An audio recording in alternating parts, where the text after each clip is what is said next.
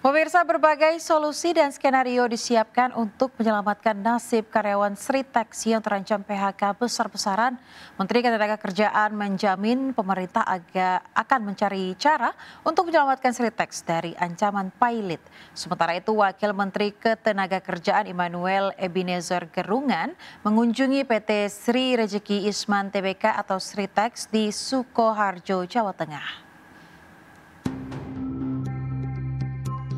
Menteri Ketenagakerjaan Yasirli meminta jajaran direksi dan manajemen PT Sri Rejeki Isman Tbk atau Sritex untuk tetap memprioritaskan nasib puluhan ribu karyawannya. Yasirli menjamin pemerintah akan mencari cara untuk menyelamatkan Sritex dari ancaman pailit. Yasirli mengungkapkan Kementerian Ketenagakerjaan telah menyiapkan langkah-langkah strategis dalam respons kasus Sritex.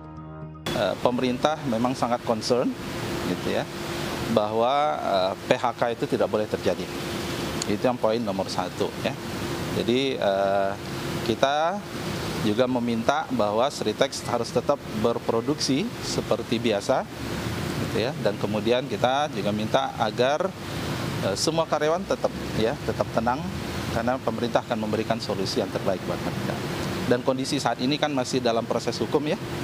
Kita lihat dan langkah-langkah selanjutnya tadi sudah sangat baik menurut saya dan itu insya Allah tidak ada masalah ke depan. Menaker menegaskan pihaknya akan mendukung agar pegawai Sritex bisa terlindungi di tengah isu pailit yang terjadi di perusahaan.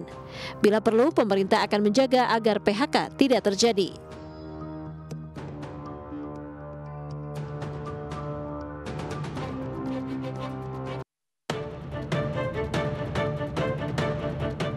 Wakil Menteri Ketenagakerjaan Immanuel Ebenezer Gerungan mengunjungi PT Sri Rejeki Isman Tbk atau Sritex di Sukoharjo, Jawa Tengah. Immanuel mengatakan kunjungan ke perusahaan raksasa bidang tekstil ini atas perintah langsung Presiden Prabowo Subianto.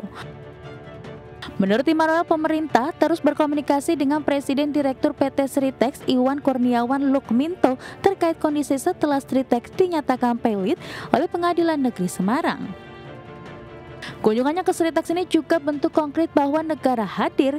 Immanuel menegaskan bahwa kehadirannya untuk memastikan nasib 50.000 buruh PT Sritex telah dijamin oleh perusahaan. Tengah kegelisahan ini, ternyata tidak ada yang gelisah. Itu hanya opini-opini liar yang saya tidak tahu sengaja membuat kesan negatif terhadap perusahaan Sritex itu sendiri. Dan negara sadar nggak bisa tidak, karena dampak itu itu membuat kita khawatir.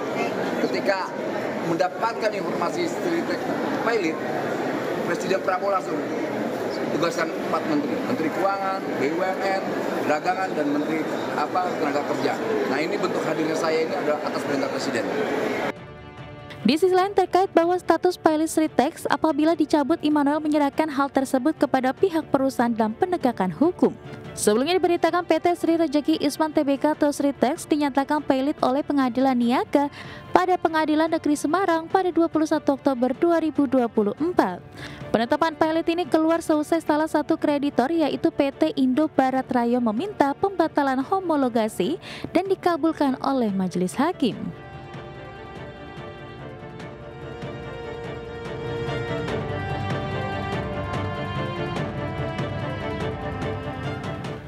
Dalam rangka mencapai target swasembada pangan di era pemerintahan 2024-2029, Kementerian Koordinator Bidang Pangan mengalokasikan anggaran ketahanan pangan tahun 2025 sebesar Rp139,4 triliun.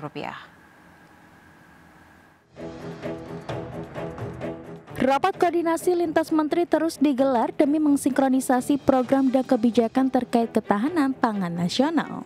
4 kementerian dan lembaga diantaranya Kementerian Perdagangan, Kementerian Pertanian, Kementerian Kelautan dan Perikanan, serta Kementerian Pekerjaan Umum terus memperkuat sinergi.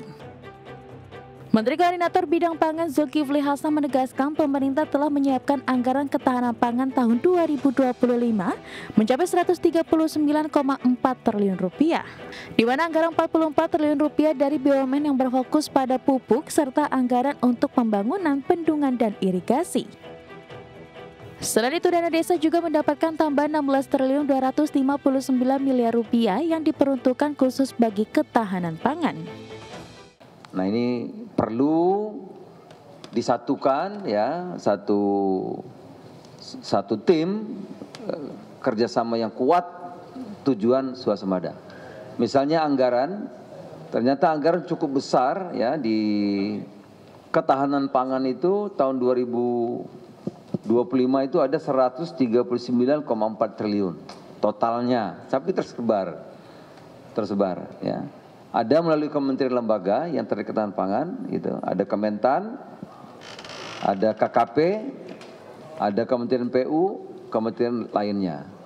Pupuk ada 44 triliun pupuk, tentu di BUMN pupuk, tempatnya di BUMN gitu. Mengenai PU, bendungan dan irigasi tersebar di situ. Di sisi lain, Zulkifli Hasan menegaskan pentingnya sinkronisasi program sesuai dengan alokasi anggaran untuk mendukung keberhasilan program ketahanan pangan agar tujuan utama swasembada pangan dapat segera tercapai.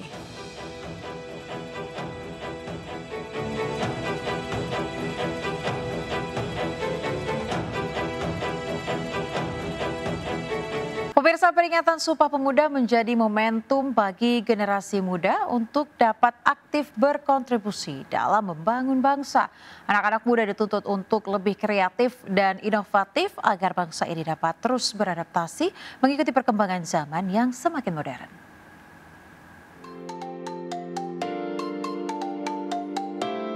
Diskusi Rembuk Kota dan Politik Seribon edisi Sumpah Pemuda di M Block Space, Jakarta Selatan dihadiri sejumlah tokoh nasional yang turut memberikan masukan bagi anak-anak muda agar bisa berkontribusi dalam membangun bangsa. Dalam diskusi ini, Ketua Umum DPP Partai Perindo Engela Tanusudibyo mendorong anak muda agar lebih aktif terlibat dalam pemerintahan melalui jalan politik agar bisa turut serta dalam pembuatan kebijakan yang pro rakyat. Pada kesempatan yang sama, anggota Komisi 8 DPR RI sekaligus istri calon gubernur Jakarta Ridwan Kamil, Atalia Praratya, menekankan agar anak-anak muda harus lebih kritis dalam menghadapi berbagai tantangan di masa depan. Kita harus terus mendorong pemerintah ya maupun juga berbagai organisasi untuk melibatkan anak muda, orang muda dalam segala aspeknya. Bukan hanya menjadikan mereka sumber pemilih saja, tetapi bahwa mereka berpartisipasi aktif sebagai penentu kebijakan juga di masa yang akan datang. Kita akan menghadapi dunia baru, termasuk digitalisasi. Nah, kita berharap di momen seperti ini kita akan berkumpul nih. Itu kita mengeluarkan segala ide, gagasan, kemudian juga saling berdiskusi. Ini berharap bahwa akan ada hadir anak-anak muda yang kritis. Karena kita berpikir bahwa tidak hanya komunikasi, tapi berpikir kritis dan problem solver itu harus ada pada diri pemuda masa kini. Kegiatan diskusi Sumpah Pemuda ini juga turut dihadiri calon wakil gubernur nomor urut 1 Suswono yang menampung aspirasi untuk kemajuan anak muda di Jakarta. Para pemuda ini berharap pasangan Cagup dan Cawagup Jakarta Ridwan Kamil Suswono memiliki berbagai program yang berpihak kepada anak-anak muda agar bisa mengembangkan bakat serta kreativitasnya. Tim Liputan iNews melaporkan.